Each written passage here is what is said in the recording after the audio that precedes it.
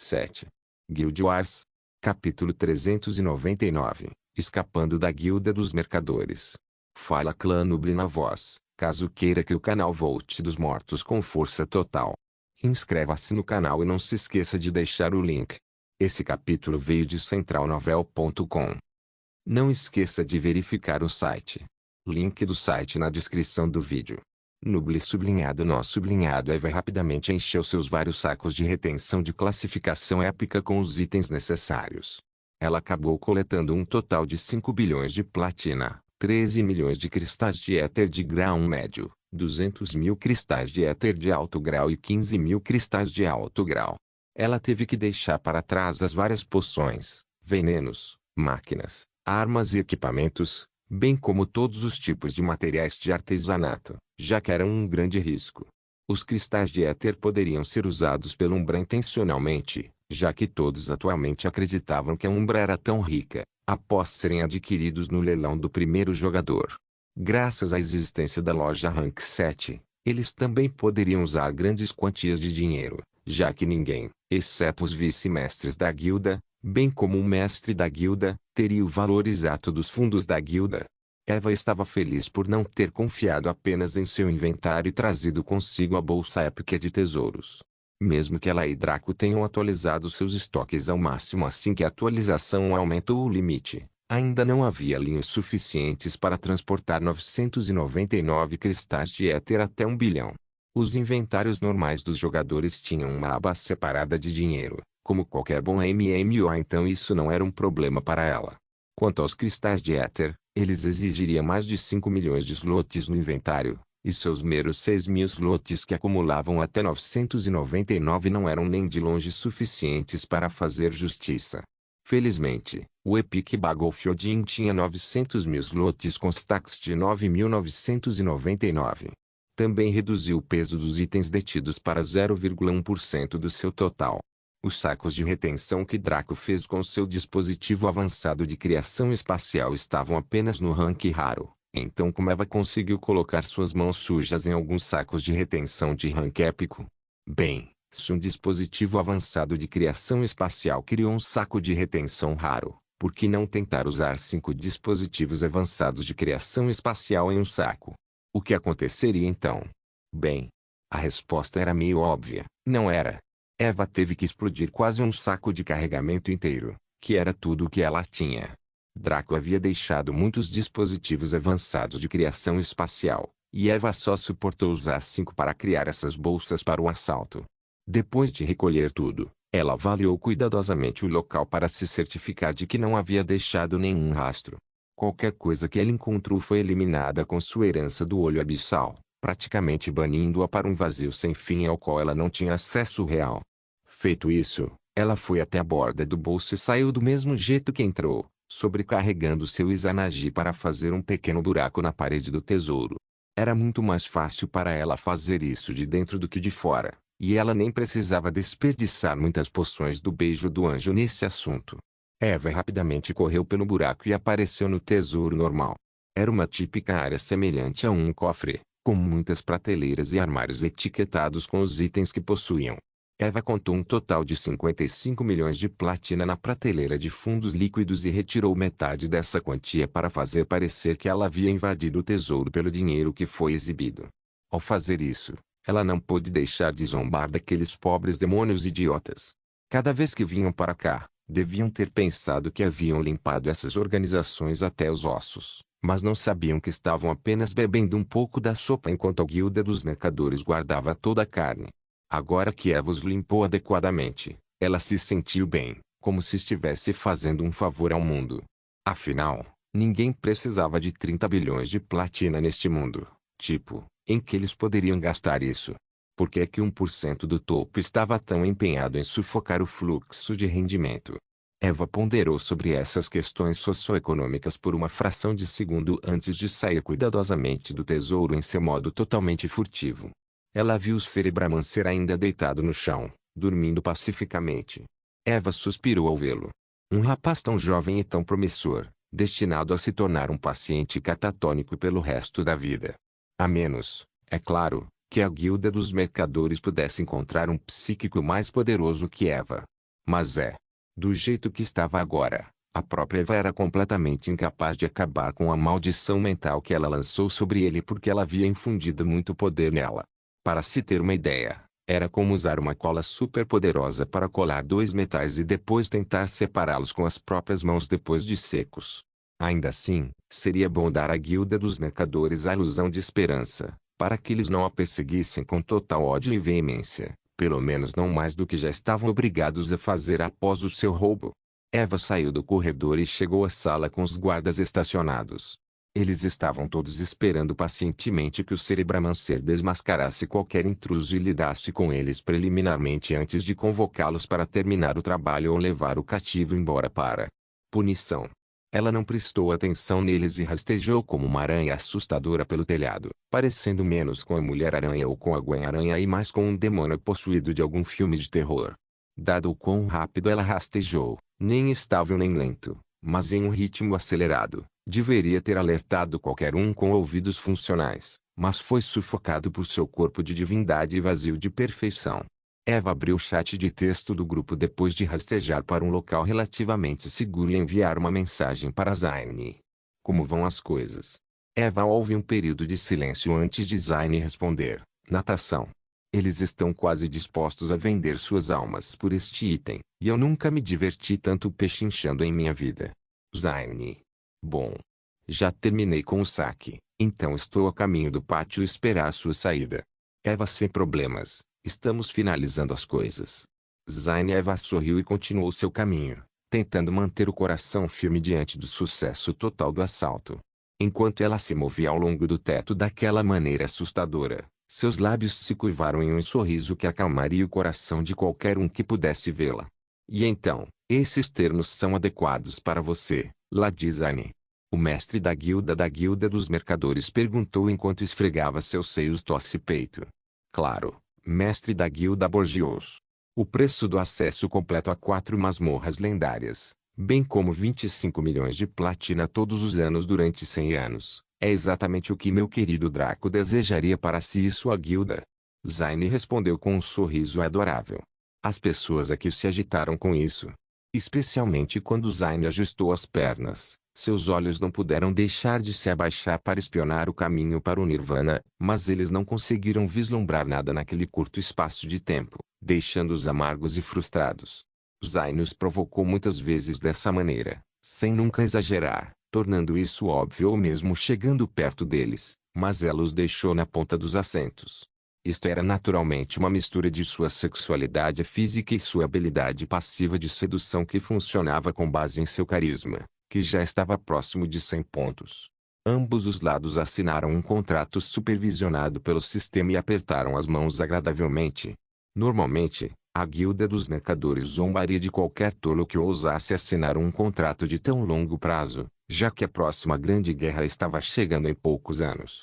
Naquela época, qualquer entidade que não fizesse parte dos poderes superiores estaria se despedindo de suas vidas.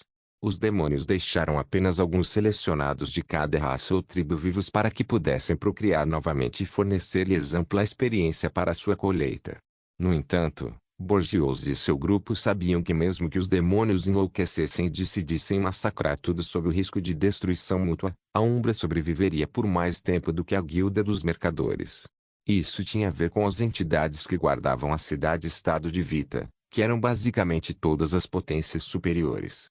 Se a guerra realmente se tornasse infernal, a maior parte do escalão superior deixaria suas próprias terras e evacuaria para lá para fazer uma última resistência, na qual os demônios nunca seriam capazes de penetrar. Não só isso, mas os membros da Umbra eram aventureiros imortais. Em todo este mundo, eles tinham menos a temer da Grande Guerra, já que apenas os demônios poderiam usar o Omega Beon. Como tal, esta transação foi feita de plena boa-fé. Se a Guilda dos Mercadores conseguisse que Umbra vendesse mais dessas coisas em segredo, tudo seria totalmente perfeito. Durante o leilão, foram forçados a combinar fundos com outros poderes, o que significa que teriam de partilhar o seu brinquedo com esses dois poderes. Deixando de lado as questões de logística e segurança, apenas aquela sensação de ter que compartilhar com outras pessoas era uma droga. Agora, eles poderiam ter seu próprio pequeno reino privado, escondendo seus itens mais preciosos e colocando os menos valiosos no armazenamento compartilhado, criando uma cortina de fumaça, assim como fizeram na sala do tesouro. Se Zine tivesse uma interface de jogador, ela veria que Umbra ganhou 20.000 pontos de reputação com a Guilda dos Mercadores através deste contrato, o que era uma grande quantia. Afinal de contas, sob os céus, a Guilda dos Mercadores era a terceira entidade mais poderosa depois da Igreja da Luz e do Pavilhão dos Maníacos de Guerra. A reputação deles pode não ser tão valiosa quanto a da Igreja da Luz, mas também foi muito útil. Zine foi escoltado por Borgios e sua coorte até o pátio e eles viram Lucia aparecer de onde quer que a Fênix da Luz geralmente ficasse, enquanto ela descia para receber a súcubo. Como o relacionamento entre ambas as partes era caloroso, eles ficaram maravilhados com a beleza de Lucia e elogiaram a Fênix da Luz, fazendo com que a fera majestosa enfeitasse suas penas e se pavoneasse com orgulho. Isso causou mais do que algumas risadas, e Zine fez sinal de positivo para Lucia. Eva deve ter informado sua montaria sobre o plano. Agindo dessa forma, daria a impressão de que ela era menos um veículo de montaria, Fuga é mais uma aliada.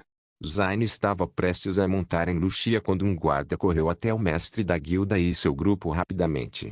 Quando Zine viu isso, seu coração afundou e até Lucia estremeceu um pouco. Borgios e companhia estavam descontentes com o fato de esse idiota arruinar sua negociação, que de outra forma seria perfeita, entrando no último momento quando eles despediram seu convidado. Então eles acenaram para ele.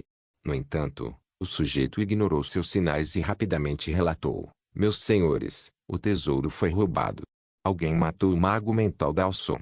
Borgios e Clu congelaram em estado de choque, sem compreender suas palavras por alguns segundos antes de relaxarem. "Só isso? E você pensou que era uma questão de vida ou morte?" "Ah?" O guarda, e provavelmente qualquer observador deste cenário, balbuciou. Borgios e os outros olharam para o guarda com desgosto, como se ele fosse algum avarento imundo que só se importava com centavos em vez de milhões. "Se alguém roubou nosso tesouro, primeiro vá avaliar o que foi roubado e elabore um relatório. Em seguida, serão elaboradas as medidas pertinentes em resposta a isso." O guarda, percebendo que provavelmente havia transformado um pequeno morro em uma montanha, rapidamente se desculpou e foi embora. Borgios e companhia se voltaram para Zine, que demonstrou interesse e pediu desculpas. "Desculpe por isso, Lady Zine. Aquele idiota esqueceu que minha guilda é literalmente a guilda dos mercadores. A última coisa que nos preocupa é perder dinheiro em um pequeno roubo." Ele não estava apenas se gabando. Zine podia ver isso em suas mentes e emoções. Eles literalmente deram menos da metade de um peido de rato por causa de algum mero roubo e não estavam preocupados com a possibilidade de alguém detectar seu estoque escondido. Afinal, muitos nem sabiam que ela existia. Se Draco e Eva não tivessem o conhecimento da linha do tempo anterior e se Draco nunca tivesse feito o dispositivo avançado de criação espacial, nenhum deles teria sabido ou suspeitado também. Merda. Mesmo os demônios, que os atacavam uma vez a cada 1000 anos, e já haviam feito isso mais de 50 vezes, não tinham avistado nada, muito menos um mero ladrão nascido nesta época. Este foi um fio de lógica que Eva e Zine não conseguiram explicar por quê. Tosse tosse. Eles não sabiam o que era ser tão rico que você não podia nem gastar todo o seu dinheiro antes de morrer.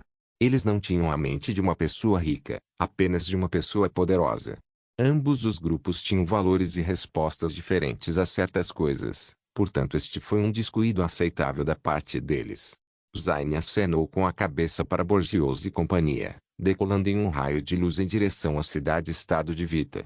Quanto ao escalão superior da Guilda dos Mercadores, eles começaram a conversar animadamente sobre como usar o dispositivo avançado de criação espacial, o que colocar nele e onde colocá-lo. Guild Wars. Capítulo 400. A maldição psíquica. Lucia imediatamente chegou ao ar acima do salão do éter e desceu lentamente. Uma vez caído, Zine saiu do chão e entrou sozinha no prédio. Vitae apareceu diante dela e cumprimentou.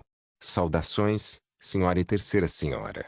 Como foi sua viagem hoje?" Ele perguntou cordialmente. Eva saiu do sigilo e sentiu seus lábios se contorcerem sob o capuz. Ela estava convencida de que Vitae só apareceu para mostrar que conseguia detectá-la. Deixando de lado o fato de que nada poderia escapar dele como avatar do salão do éter, Ele tinha um pouco da linhagem de Draco dentro dele. Como tal, farejá-la através dessa conexão foi muito fácil. Tudo bem. Onde estão Ikari e Roma? Eva perguntou enquanto caminhava em direção ao reino da anomalia. Eles estão no quarto principal, entretendo as crianças. Devo avisá-los da sua chegada? Vitae perguntou formalmente. Não, apenas leve Zayn até eles. Eva comandou enquanto caminhava pelo portal para o reino anomalia. Vitae reconheceu isso e Zayn acenou para Eva enquanto ela corria para o quarto principal.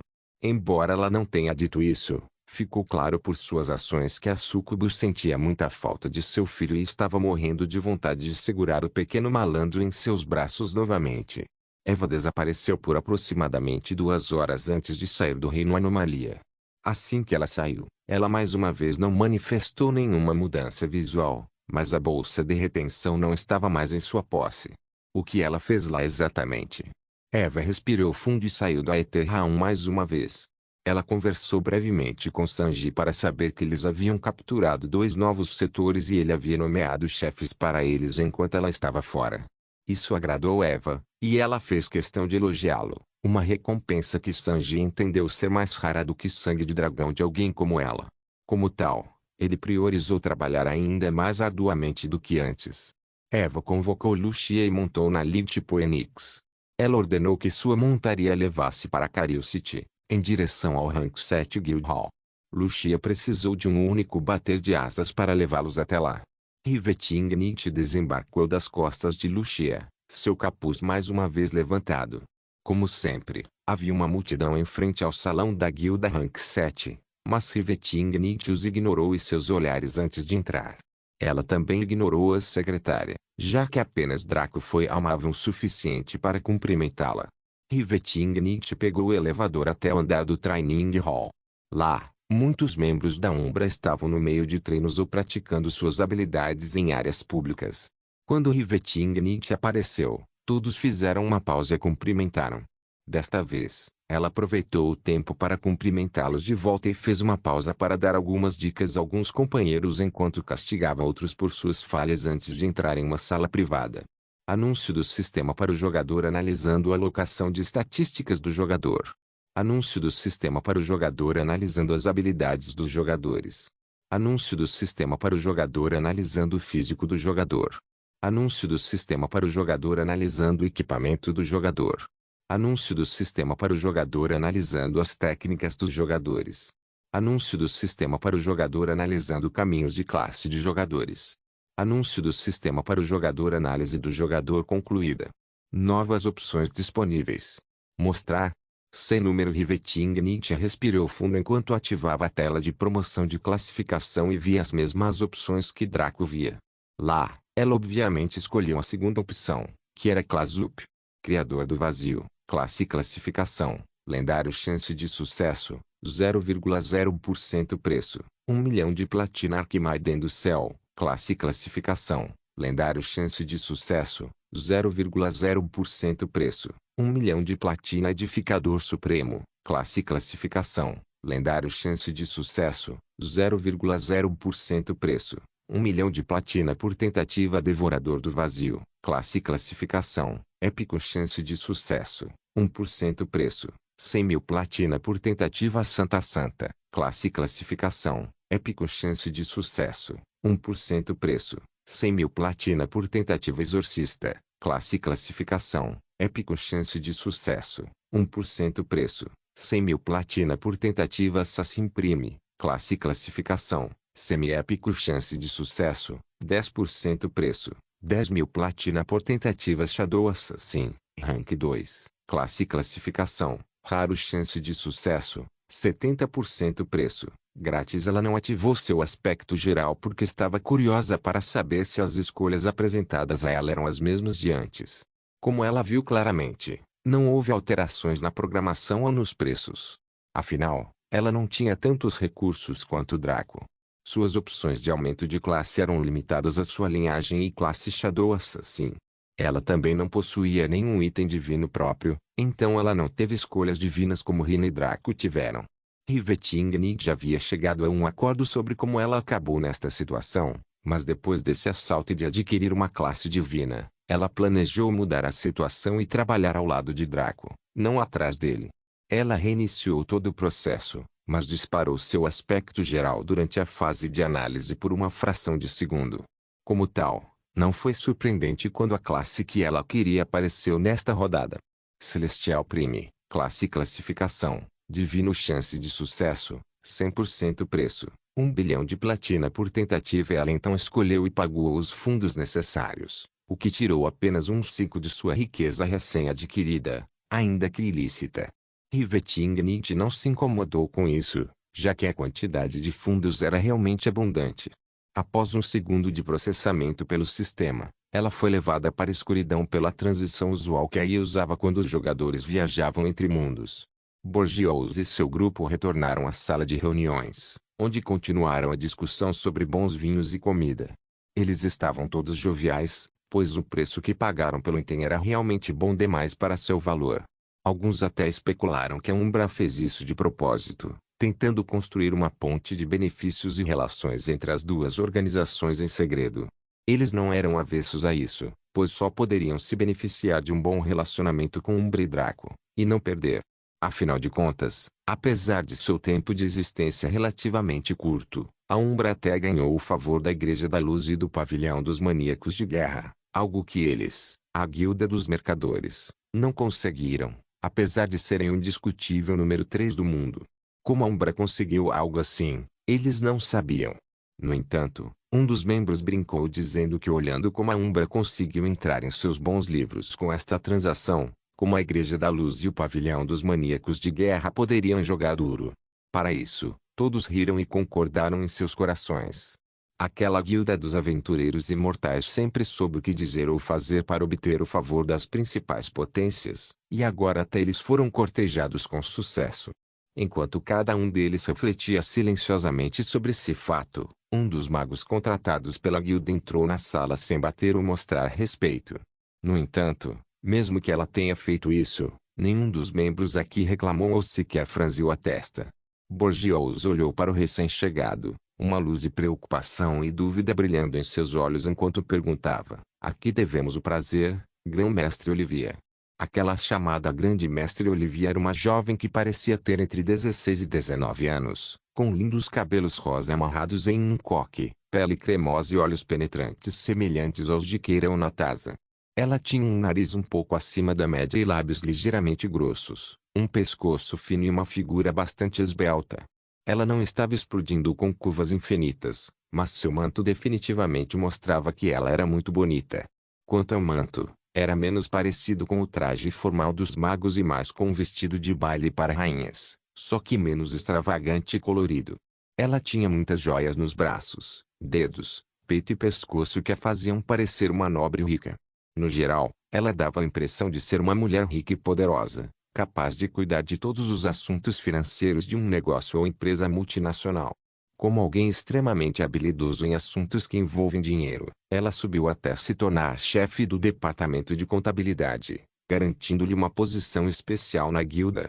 Além disso, ela também assumiu a carga de trabalho como chefe do departamento de segurança. Por quê? O que aconteceu com meu irmãozinho? Por que você não fez nada a respeito? Olivia perguntou em um tom sombrio. Os anciões da Guilda dos Mercadores trocaram olhares e riram. Só isso? Com você aqui, como podemos permitir que o mago mental Dawson sofra uma perda? Você não deveria saber o melhor de tudo que com a nossa riqueza, curá-lo de qualquer dano é moleza. Enquanto Borgios questionava o comportamento dela, ele bebeu seu vinho preguiçosamente. Não que eles não se importassem com o mago mental Dawson, mas não importava o que ele estivesse sofrendo, até mesmo a própria morte. Eles tinham dinheiro e meios suficientes à sua disposição para trazê-lo de volta, se assim o desejassem. Olivia também sabia disso, mas veio aqui para questioná-los, o que fez Borgios sentir que algo estava errado. Olivia olhou para eles com frieza.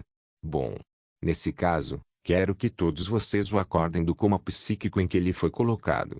Um dos mais velhos parecia perdido com suas palavras. Coma psíquico? Se for esse o caso, então até você deveria ser capaz de... Enquanto o mais velho falava até aqui, sua voz sumiu e seu rosto ficou branco. Os outros também demonstraram olhares de choque e consternação ao entenderem as implicações de Olivia ter vindo aqui para lhes contar isso, em vez de salvar seu irmão primeiro. Borgiols guardou o vinho e ficou solene. Como um poderoso mago mental, você é incapaz de despertar seu irmão com todos os seus meios. Olivia bufou friamente, claramente mal escondendo sua fúria. Se eu pudesse, precisaria ficar na frente de vocês. Vocês e pedir seu envolvimento. Estava claro que ela estava prestes a chamá-los de algo que não poderia ser retirado, mas ela tinha controle suficiente sobre suas emoções para se conter de antemão. Vendo quão perto ela estava da erupção, Borgiol se levantou. Leve-nos até ele. Ele comandou gravemente. Olivia não respondeu, mas obedeceu diretamente, conduzindo o mestre da guilda e os anciões da guilda dos mercadores até o quarto de seu irmão mais novo, onde ele estava deitado em sua cama de dossel, dormindo tranquilamente. Na verdade, parecia que o sujeito estava tirando uma boa soneca, em vez de estar em coma, mas esses mais velhos não eram tolos. Eles foram capazes de ver algum tipo de energia estranha envolvendo seu crânio, como uma espécie de barreira mental. Você conseguiu algum médium profissional para olhar para ele? Borgiols perguntou silenciosamente. Olivia assentiu. Eu fiz. Borgiols perguntou ainda, e qual foi o veredicto deles? Olivia sorriu friamente. Eles não tinham nenhum. Os mais velhos se entreolharam perplexos. O que ela quis dizer com eles não tinham nenhum? Olivia não explicou. Ela simplesmente chamou um dos guardas de nível inferior para entrar na sala. Ela então apontou para seu irmão mais novo. Abre os olhos dele e avalie-os para mim. Imediatamente, grão-mestre. O guarda respondeu apressadamente e fez o que lhe foi dito.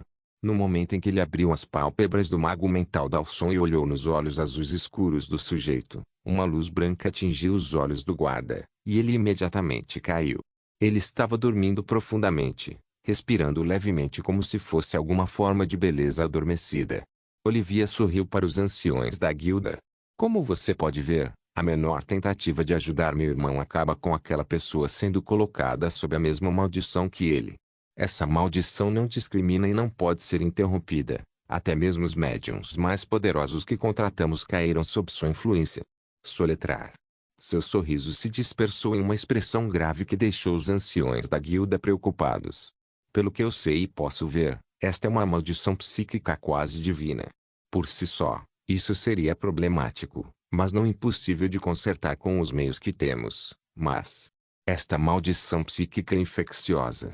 O que temos é o equivalente mental da peste bubônica, uma doença mental que pode inutilizar bilhões de pessoas se estiverem infectadas. Guild Wars. Capítulo 401. Cerimônia de Ascensão. Riveting Nietzsche apareceu em um reino sem céu, sem terra nem estrelas.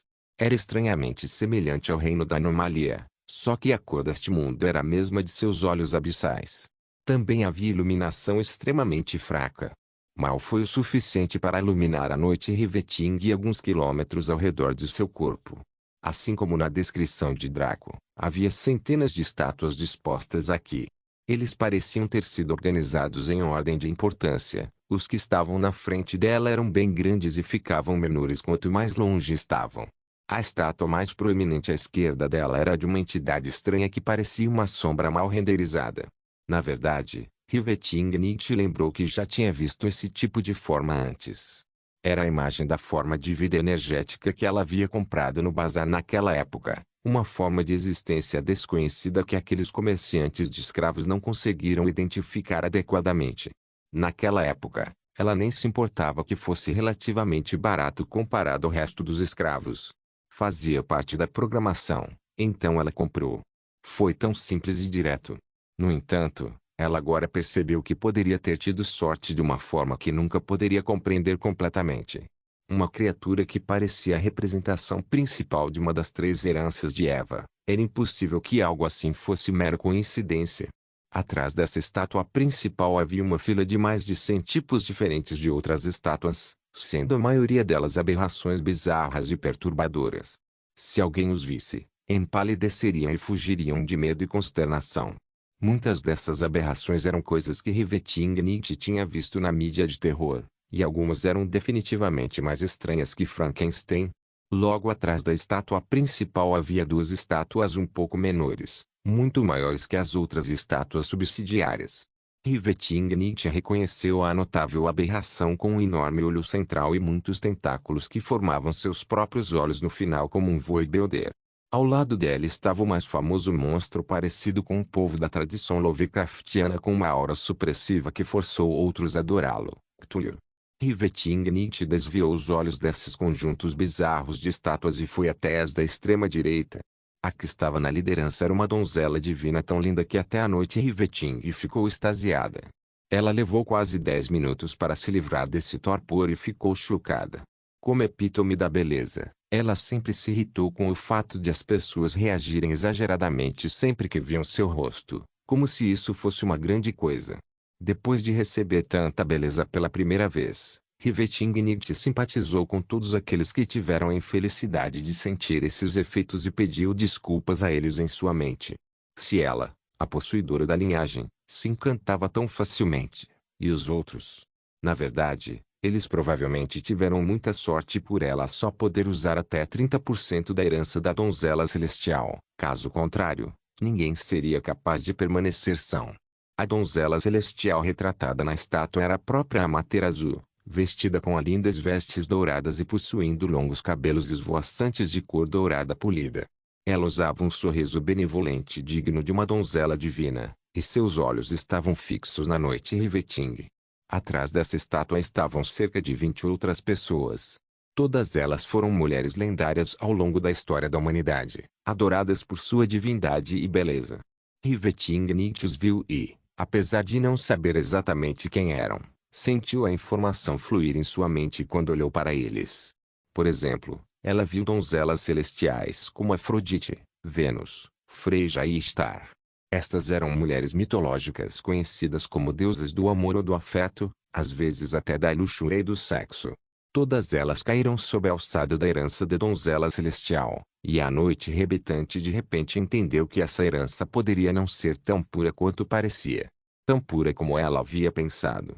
Foi exatamente como ela havia dito a Draco antes. A herança do anjo negro era um espelho perfeito da herança da donzela celestial.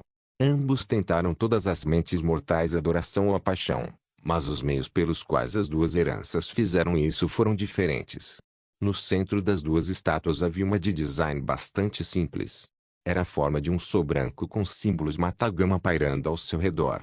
Parecia esotérico e bizarro, mas Rivetingnicht sentiu o poder bruto disso. Foi esmagador e ao mesmo tempo reconfortante, enérgico e ao mesmo tempo terno, punitivo e ainda assim misericordioso. Se houvesse algo que pudesse encaixar perfeitamente nas palavras justiça e retidão, seria a aura que este sol emitia. Atrás dele havia relativamente poucas estátuas. Na primeira fila estavam 3, um espelho, uma espada e uma joia. Rivetingnicht facilmente os reconheceu como os 3 tesouros sagrados de sua terra natal, pois eram os bens definidores de Amaterasu na lenda. O espelho chamava-se Yata no Kagami e representava a virtude da sabedoria. A espada chamava-se Kusanagi e representava a virtude do valor. A joia chamava-se Yasakani no Magatama e representava a virtude da benevolência. O que chocou Rivetingnicht foi que atrás dessas 3 estátuas havia exatamente mais 2. A da esquerda era uma grande cobra branca, que lhe parecia familiar, mas a única informação que obteve dela foi a imagem de uma cobra de escamas brancas com olhos esmeralda e linhas vermelhas formando uma espécie de sombra nos olhos. Na verdade, era uma cobra muito bonita, e Rivetingnicht tinha certeza de já ter visto santuários dedicados a esse tipo de cobra, antes. O que mais a surpreendeu foi a outra estátua à direita, que era a de um dragão. Houve rumores no shintoísmo japonês de que a Amaterasu era de uma filiação serpentina e que às vezes ela poderia se transformar em uma cobra ou dragão. Nesse caso, isso explicaria muitas lacunas no relacionamento entre Lúcifer e Amaterasu, bem como explicaria por que ela não recebeu um estado de ser aumentado depois de dar seu sangue a Ia. Ela ainda tinha uma origem da fonte dracônica de rank supremo graças à poção da bênção do dragão e sua habilidade passiva existência perfeita. Parecia que a Ia não se preocupou em mudar isso porque ela já estava no caminho certo. Anúncio do sistema para o jogador iniciando o procedimento de aumento de classe Celestial Prime. Espera. Celestial Prime. Procedimento de aumento de classe divino. Descrição. Você tem a mais nobre das linhagens, bem como metade da essência de origem de um universo alternativo e, como tal, você tem o direito de traçar seu próprio caminho como o único Celestial Prime. Limpe o objetivo para concluir este procedimento. Recompensas, classe divina, Celestial Prime. Anúncio do sistema para o jogador. O objetivo do procedimento de aumento de classe do Celestial Prime foi definido. O jogador Riveting deve completar a cerimônia de ascensão para concluir esta tarefa. Riveting respirou fundo e baixou o capuz, caminhando primeiro até o estatuto da entidade vazia. Assim como Draco, ela teve que se ajoelhar diante da estátua e viu que havia uma bacia diante dela. Nele havia algum miasma negro que deixaria qualquer um apreensivo. Eva sabia instintivamente o que deveria fazer. Com um corpo trêmulo que lembrava uma folha em um furacão, ela grunhiu de dor ao inalar esse miasma. Ela respirou profundamente e fluiu por seu corpo como se fosse parte dela. No entanto, esse elemento estranho ainda era novo para ela, por isso causou uma dor terrível para ela ao ser assimilado pelo corpo de Eva. No entanto, assim como Draco, viver os acontecimentos de merda da linha do tempo anterior endureceu sua vontade, então ela foi capaz de suportar isso até o fim. Eva levantou-se da posição ajoelhada e caminhou até a estátua de Amaterasu. Lá, ela mais uma vez se ajoelhou. Uma longa bandeja apareceu diante dela e Eva viu que havia um fino saco de pele colocado em cima dela. Quando ela entendeu o que tinha que fazer, ela congelou por um segundo, mas continuou. Com um forte rasgo, ela arrancou a camada externa de sua epiderme, como um monstro em um filme de terror tentando mudar de pele. Eva fez exatamente isso, pegando a nova pele da bandeja e vestindo-a como se estivesse vestindo um macacão. Esta cena era muito bizarra e horrível, especialmente a reação indiferente de Eva a tudo isso. Qualquer pessoa sã estaria gritando de agonia e dor inimaginável, mas ela apenas franziu os lábios em desgosto. Depois de usar seu novo conjunto de pele, ela pareceu se fundir com sua carne e ficar tensa. Agora, Eva mais uma vez parecia uma pessoa normal, só que sua pele estava muito mais resplandecente do que antes e sua beleza havia aumentado significativamente. Até o peito dela cresceu um pouco e o corpo dela ficou um pouco mais cheio. Seria difícil para ela usar roupas justas de couro no futuro, o que a deixou infeliz. Ela então prosseguiu para a estátua final. Aqui, ela se ajoelhou mais uma vez diante do sol cercado por matagama. Nenhuma bacia nem uma bandeja apareceram aqui. Em vez disso, o sol brilhou intensamente por um segundo, e um raio de luz saiu de seu corpo quase rochoso e atingiu Eva. Essa luz era abrasadora e fez com que sua nova pele ficasse com bolhas e fritasse, como se alguém a tivesse colocado sob um micro-ondas. Os olhos de Eva ficaram vermelhos e sua respiração ficou difícil enquanto ela suportava a dor, que era muito maior do que substituir sua pele. Ela entendeu que este sol não estava queimando sua forma física em si, mas sua mente e alma. Este estágio foi realmente difícil para ela, pois esta luz era de natureza purificadora. Procurou expurgar todo o mal de sua mente e alma, mas isso praticamente eliminaria a própria Eva, já que ela era o epítome do mal nos dias de hoje. Felizmente, o aspecto bom e justo desta herança era subjetivo, o que significa que seguia as crenças e entendimentos de Eva sobre o que era bom e justo. Se tivesse seguido a teoria tradicional da bondade, Eva teria sido transformada em cinzas. Depois de mais de 10 explosões de luz semelhante que a purificavam a cada vez, Eva foi finalmente libertada da tortura e levantou-se para se alimentar. Sua pele com bolhas havia se recuperado há muito tempo e até parecia melhor do que antes. Ela beliscou sua pele clara e sorriu. Parecia que ela não precisaria mais se preocupar em ficar desfigurada ou algo parecido, pois sempre retornaria ao seu estado mais bonito em poucos segundos. Ela também sentiu uma energia estranha percorrendo-a, o que a fez sentir uma conexão com uma dimensão que estava cheia de monstros bizarros e tinha leis de realidade extremamente caóticas. Finalmente, ela sentiu como se sua mente e alma irradiassem uma luz sagrada de pureza, e todo o mal que ousasse infringir essa luz enfrentaria duas escolhas: ser purificado do mal ou ser expurgado da existência. Satisfeita com as mudanças em geral, Eva olhou casualmente para as 3 estátuas. Então, todas essas estátuas ganharam vida imediatamente e mostraram reverência a algo por trás de Eva. Ela sabia desse estágio pelo relato de Draco sobre sua própria experiência, que as estátuas estavam se curvando diante de uma imagem delas mesmas sentadas em um trono. Quando Eva se virou para ver como sua linhagem se representaria, Já que a entidade sentada no trono poderia ser considerada uma espécie de avatar, ela ficou surpresa ao descobrir que não era nada do que ela esperava. O que apareceu diante dela foi um trono rachado e parcialmente deteriorado que parecia que iria desmoronar ao menor toque. Não havia ninguém sentado em cima, e havia até teias de aranha. No momento em que Eva viu isso, sua mente explodiu e ela apertou a cabeça em agonia e começou a gritar. Não se esqueça de deixar o link de se inscrever no canal. Caso queira contribuir com o canal, a chave Pix estará na descrição do vídeo. Por favor, certifique-se de verificar meus outros vídeos. Tenho certeza que você vai gostar deles. Solem irmãos, solem irmãos.